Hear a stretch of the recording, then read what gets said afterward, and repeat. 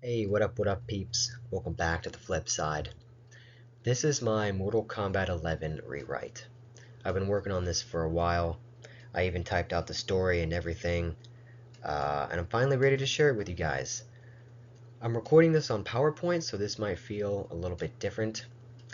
This is going to blend in different things from Mortal Kombat Deadly Alliance, Mortal Kombat X character endings, with some changes that I put in here and there for the story. A couple things from MK11 and one thing from the MKX comic that I kind of continued into this story. So let me know what you guys think in the comments below, but I'm going to go ahead and start the story. Raiden tortures Shinnok and decapitates him. He brings his head to the Netherrealm's new rulers Liu Kang and Kitana, and warns them that he will use any means necessary to destroy Earthrealm's threats. Raiden arrives at the Special Forces desert base. He was tipped off by an anonymous source that Netherrealm's new army was being built. Raiden, Sonya, Johnny Cage, and Cassie take their team to the Netherrealm and to destroy Shinnok's cathedral. During the battles, however, a mysterious man sneaks into the cathedral to steal Shinnok's head.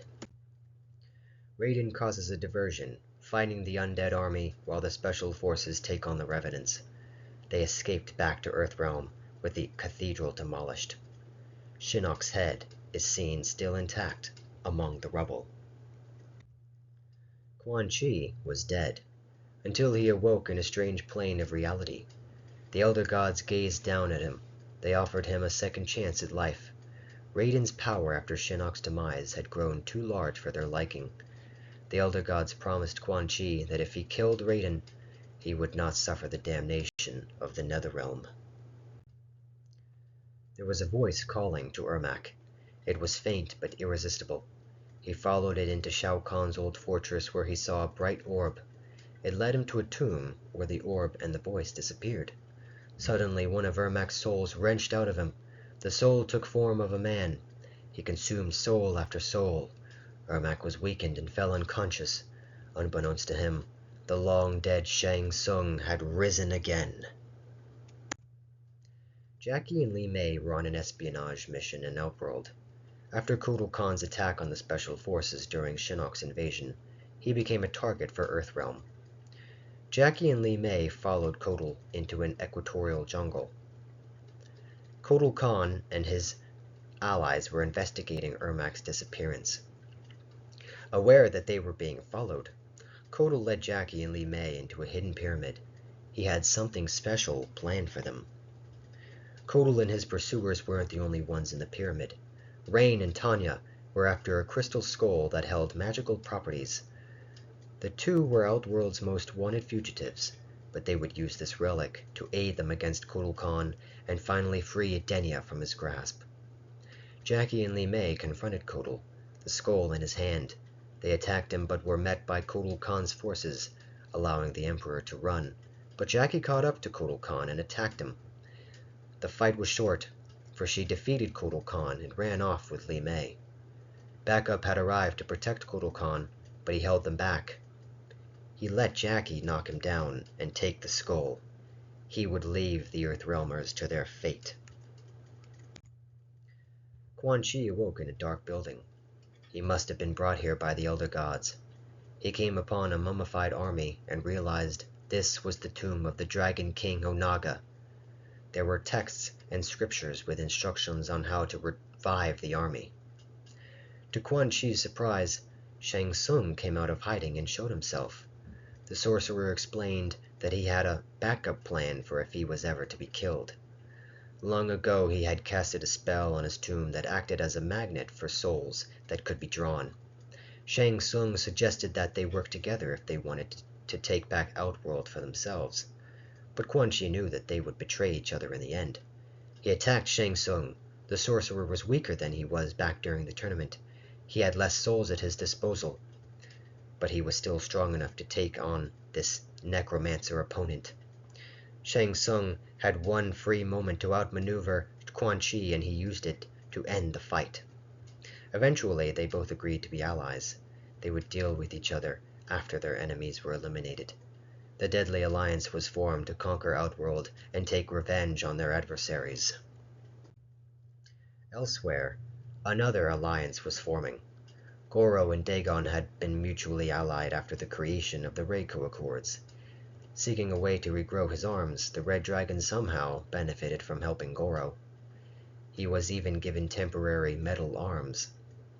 They devised a plan to attack the Lin Kuei, who protected the last known dragon egg, and use its dragon connection to heal Goro and restore the Shokan to their former glory.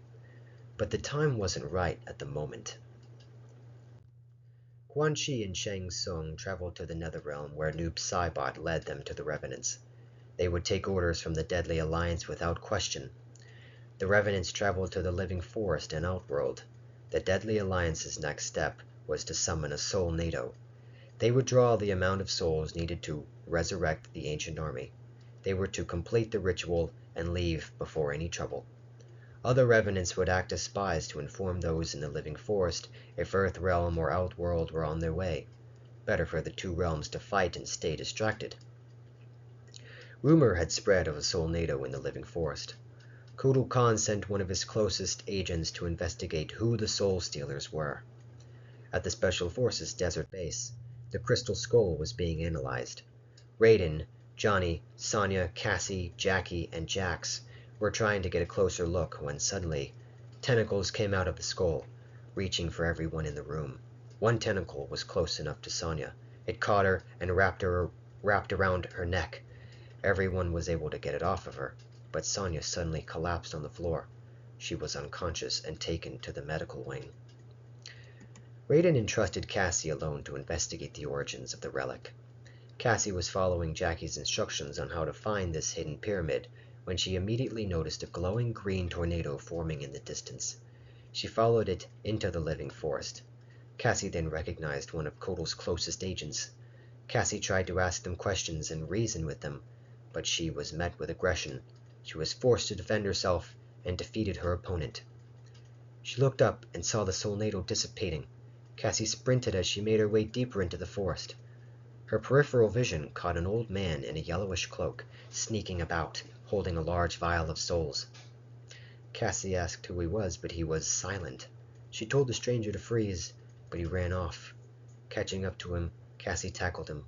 The old man tried to defend himself, but Cassie knocked him unconscious and apprehended him. She failed her initial mission, but perhaps the Special Forces would gain more than they intended. When Raiden brought the mysterious man to the Jinsei Temple for an interrogation, he recognized him as Shujinko. Raiden had not seen him for years now, but the man would say nothing to Raiden. The Thunder God was determined to get the information he needed, by any means necessary. Kotal's patience had run out for Earthrealm. The stolen Crystal Skull was an excuse enough to send his armies to the desert base and take back the Crystal Skull and kill anyone who got in their way. Jax had been tending to Sonya when a battle was heard outside. When he made his way outdoors, he saw Special Forces soldiers fending off Outworld troopers, but his soldiers were getting heavily outnumbered. He had to go back and save Sonya before she was killed. He fought off a few foes before bursting into the medical bay, where Sonya was still asleep. He carried her out and met Johnny Cage in the tank garage bunker where he met more Outworld opponents. Jax handed off Sonya to Cage and dealt with them. Jax and his friends realized they wouldn't win this battle and had to evacuate. They retreated alongside the soldiers and made for the aircraft while fighting through more enemies. Seeing the Earthrealmers retreating, the Outworld troops left them to retrieve the Crystal Skull. See guys, I'm not working for Audible. Anyway, Jax and his team were outside boarding their aircraft when Aaron Black leapt from the abandoned supply crates behind them and unleashed a barrage of bullets toward his enemies. Jax jumped in front of his family with his metal arms up to block the shots aimed at them. He managed to take down Aaron Black, but as he turned to board the aircraft, he collapsed. Realizing that he hadn't blocked enough to protect himself, he lay dying on the ground before letting out his last breath. They had little time to grieve. for their outworld foes were making their way toward them once again. The team quickly boarded the aircraft and flew off. Revenant spies had observed the battle. They took special care to inform the others that Jax had returned home. Raiden returned from the Jinsei chamber only to find the entire desert base in ruins. This was the final straw for Raiden. Outworld needed to be stopped. Hanzo Asashi had been in a constant state of guilt after acting out of rage against the Special Forces to get revenge on Quan Chi. His actions had led to the resurrection of Shinnok and the near destruction of Earthrealm. Hanzo had contemplated committing harakiri to atone for his transgressions.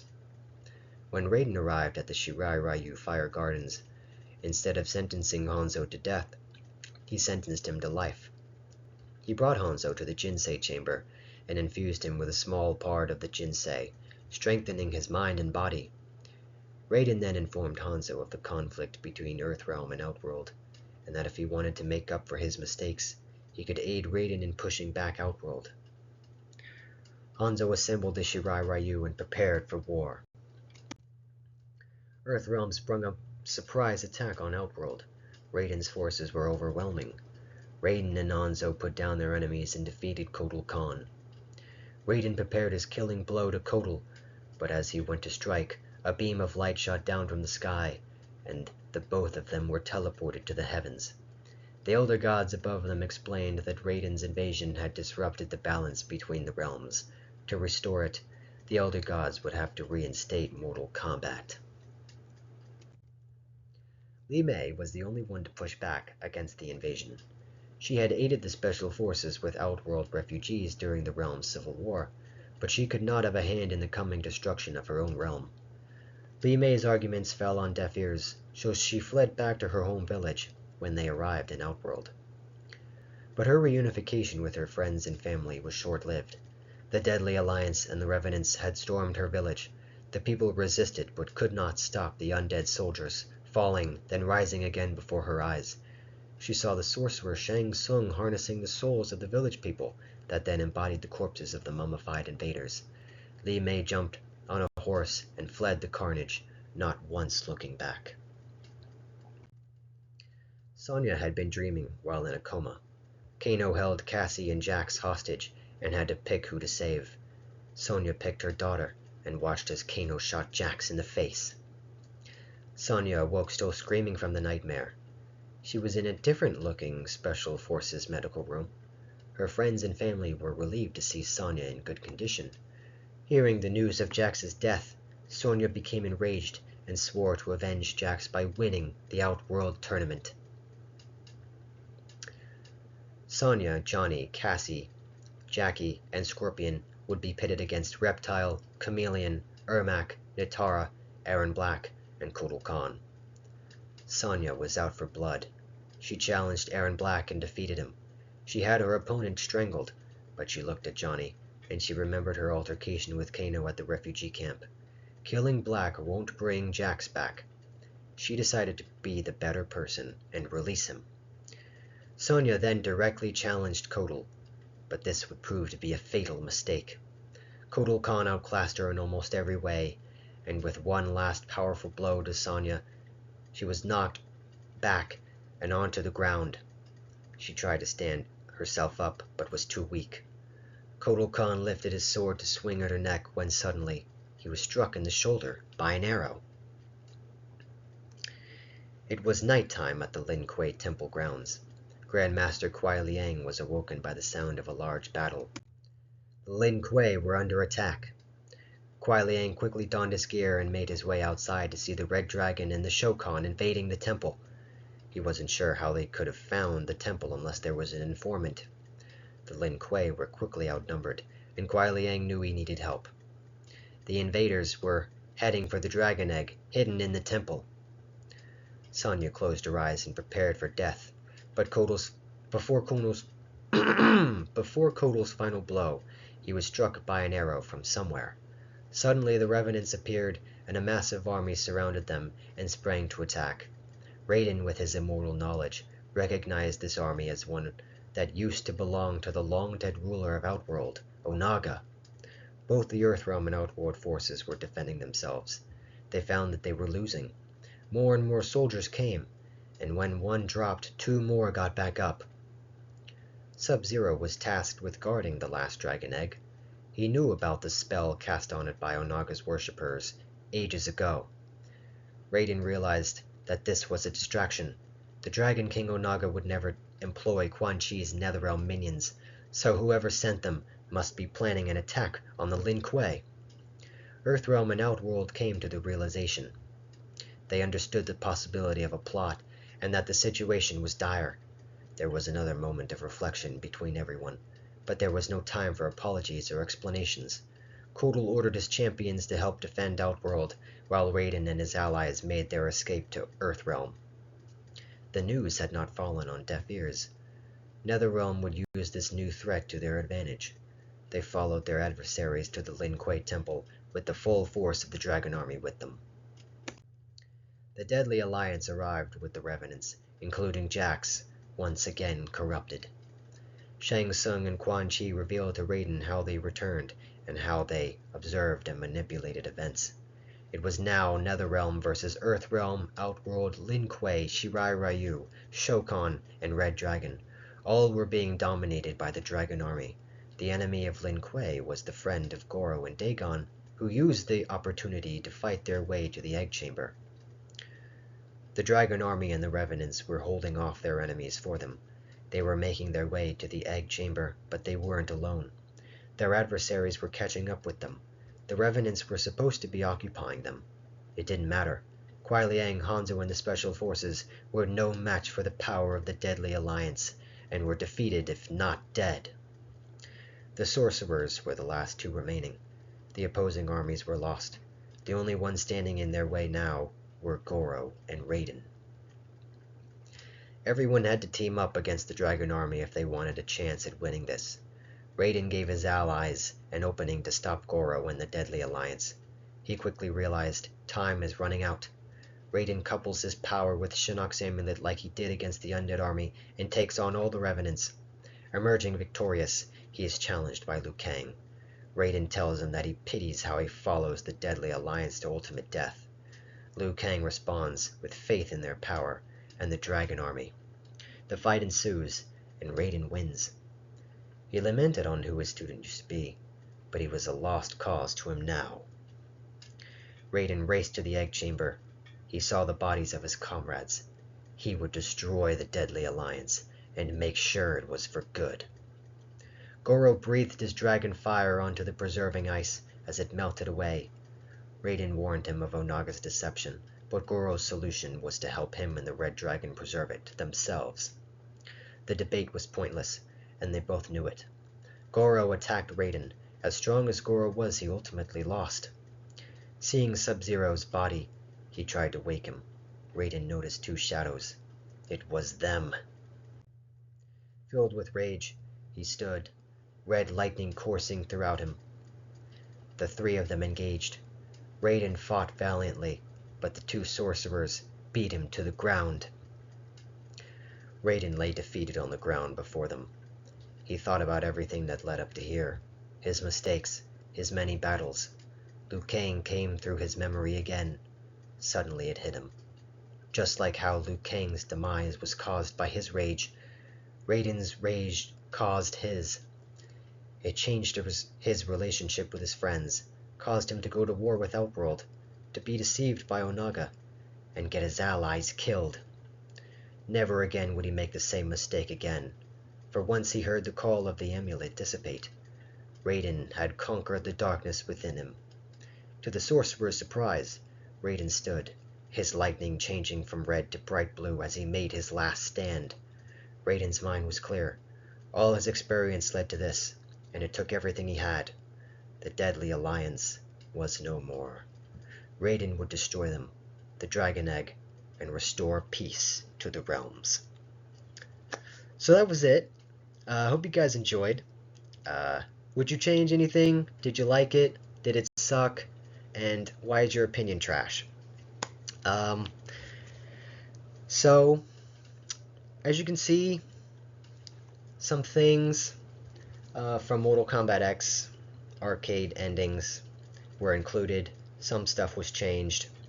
Uh, some things from the Deadly Alliance was changed. Like I had Quan Chi and Shang Tsung fight in the beginning, and I had Shang Tsung come out on top this time. And instead of, Raiden getting all angry and losing, he would have a redemption and actually correctly get rid of the amulet and go back to the good side, unlike how they did it in MK11. But anyway, that's it. Hope you guys enjoyed, and with all that said, I'll see you guys next time back on the flip side. Peace out.